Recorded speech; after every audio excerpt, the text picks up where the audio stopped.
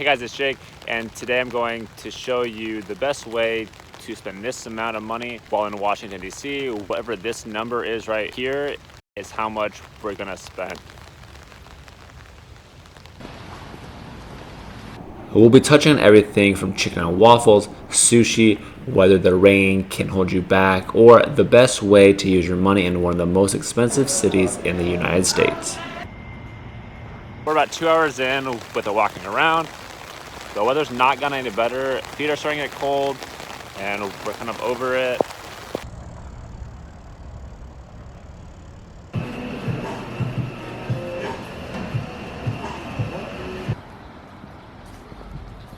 Hey guys, it's Jake, and welcome to the channel where I share travel videos, tips, and recommendations. And in today's video, we're going to talk about the best way to spend $40 while in Washington, D.C. Washington, D.C. is one of the most expensive cities within the U.S., so $40 doesn't always go a long way, but let's find some cheap things to do when we're there. But first, if you guys could do me a favor and tap the like button, it just lets YouTube know that people like the content, so it will get shared with more people, which is a help for a small channel like me that's trying to grow to 1,000 subscribers. But enough of all this, let's dive into Washington, D.C. Washington, D.C. is famous for the buildings there, and we will for sure take a lap around the National Mall, which isn't like a real mall, it's just where all the buildings are.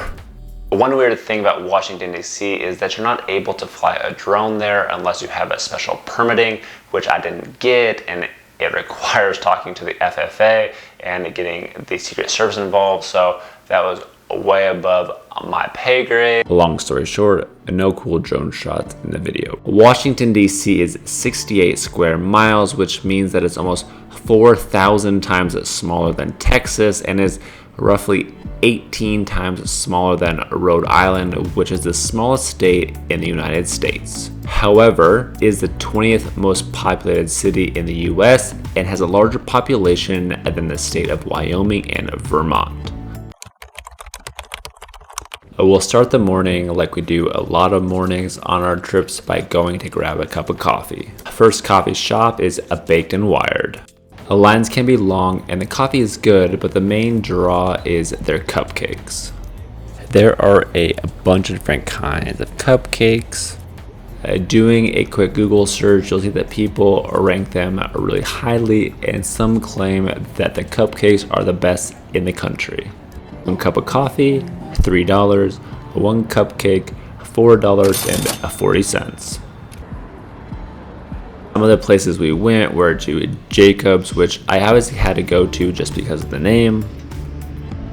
We also went to a place called Marketo, which is located on the letter H Street, which is really good. One of the days we were biking around, we saw a place called Wine and Butter Cafe and Market. The place was pretty funky and the store was in the basement, so you had to use the window to be able to order, which made for a funny scene. The Butter Cafe and Market is located next to Lincoln Park, which is a nice place to enjoy your coffee and your butter. During the Civil War, it became the site where Lincoln Hospital was built to take care of the wounded Union soldiers. They also have an emancipation statue. Now we can grab some breakfast, and again, we don't need to eat a breakfast here, although they do have it, but you'll need to get the Nutella pretzel bomb.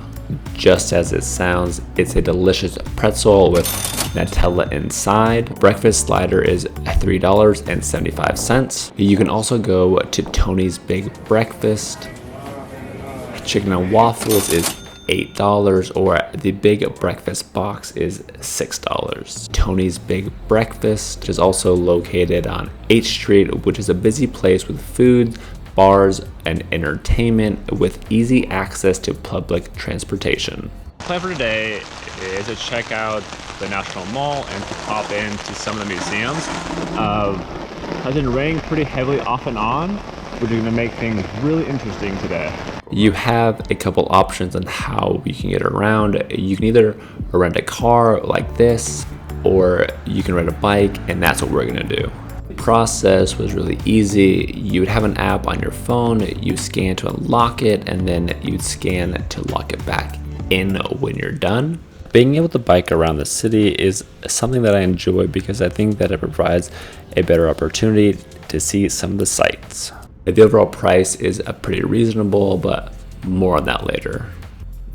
The National Mall is a big strip of land that spans from the Capitol steps to the Lincoln Memorial over 1.9 miles and has a lot of important memorials, museums, and buildings. The first stop is the Capitol.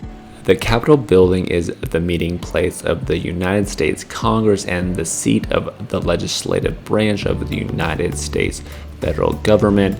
The Capitol forms the origin point for the district's street numbering system and the district's 4 quadrants. That is another thing to know, that Washington, D.C. is divided up into 4 different quadrants. The Washington Monument, which was built to commemorate George Washington, is the world's tallest predominantly stone structure and the world's tallest obelisk, which stands 554 feet tall. You can also pay to go to the top if you would want. Navigation is really easy because there's a lot of posts that give you directions. Nearby, you'll find a lot of museums, like the Holocaust Museum, which we weren't able to get into because they had no open spots, or the National Treasury. So you can see how those Benjamins are made. The Thomas Jefferson Memorial is near a tidal basin, and during the right season, this is where the cherry blossoms will bloom. Because the site sat directly south of the White House, it was well suited to be another high-profile memorial. Theodore Roosevelt held a competition in 1925, but it didn't get built until 1934 when President Franklin Roosevelt took over. Right along the southwest side of Tidal Basin, along the Cherry Tree Walk, you'll see the memorial to Franklin D. Roosevelt. The memorial goes through a sequence of 4 outdoor rooms, 1 for each of FDR's term in office. I'm getting pretty tired of this rain. Pretty tired.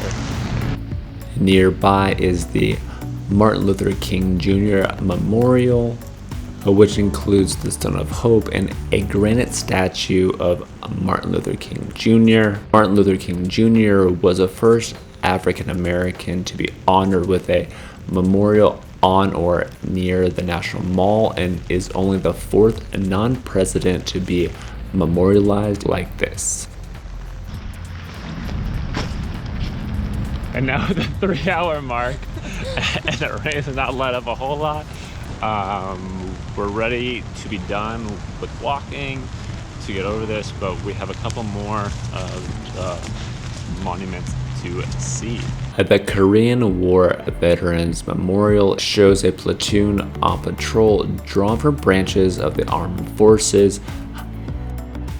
14 of the figures are from the U.S. Army, 3 are from the Marine Corps, 1 is a Navy corpsman, and 1 is an Air Force forward air observer. The main memorial is in the form of a triangle intersecting a circle. There are more than 2,500 photographic archival images representing the land, sea, and the air troops who supported those who fought in the war, which are sandblasted onto the wall. When looking at the wall, and there appear to be 38 soldiers, 38 months, and it also represents the 38th parallel that separated the North and South Korea. Right outside the Lincoln Memorial, you have the large reflecting pool, which I'm sure you've seen. The Lincoln Memorial was obviously built to honor the 16th president, Abraham Lincoln. The structure has 36 columns, which represents the states in the Union at the time of Lincoln's death. But when you go around to the back, you can see the entrance to the Arlington Cemetery.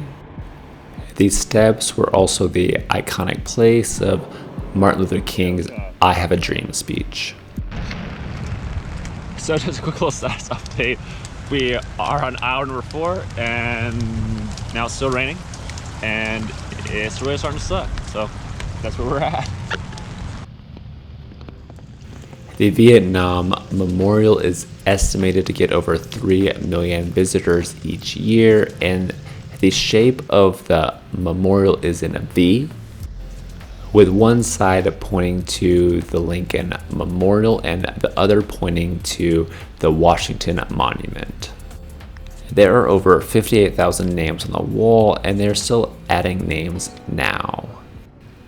Names are listed in chronological order by date of their casualty and begin and end at the origin point or center of the memorial where the two walls meet. This is meant to form a circle or a completion of the war. You're able to see your reflection on the wall, which is supposed to provide a greater connection to those people that we've lost. The number of names is truly overwhelming. We walked in the rain, but we biked when it was sunny because it takes only a couple bucks to get across the mall. Now, after a long day of walking around or biking, you can head over to the Hamilton for some happy hour sushi, where you can get a spicy tuna or a salmon avocado roll for $6 each. Now, everything on the mall is free, and other things that you can do when you're in the city are to watch the presidential motorcade, go check out the White House, maybe get involved in a sport. You can go down to the water, check out some of the cool and original homes by going over to the Georgetown area. Then, as I mentioned earlier, there are a bunch of museums ranging from everything from architecture to Native American history to the Air and Space Museum. Navigating around the city is really easy as they have structures to let you know where to go. You could check out the Supreme Court. For dinner, to get something different, you can go to DC Smokehouse and make sure that you get some of the mumbo sauce. Mumbo sauce is a DC staple and is a barbecue sauce that is sweet and tangy. Something from DC Smoke Shop, $10. Thanks so much for watching, and hope you guys have a better idea of things to do while in Washington, D.C. And if you guys want to check out more travel destinations, you can check out my channel page, or there's a link down in the description for some travel articles. And if you want to be around for when I post my next video, do not forget to subscribe. I'll see you guys next time. The rain really puts a damper on all that, literally and also figuratively.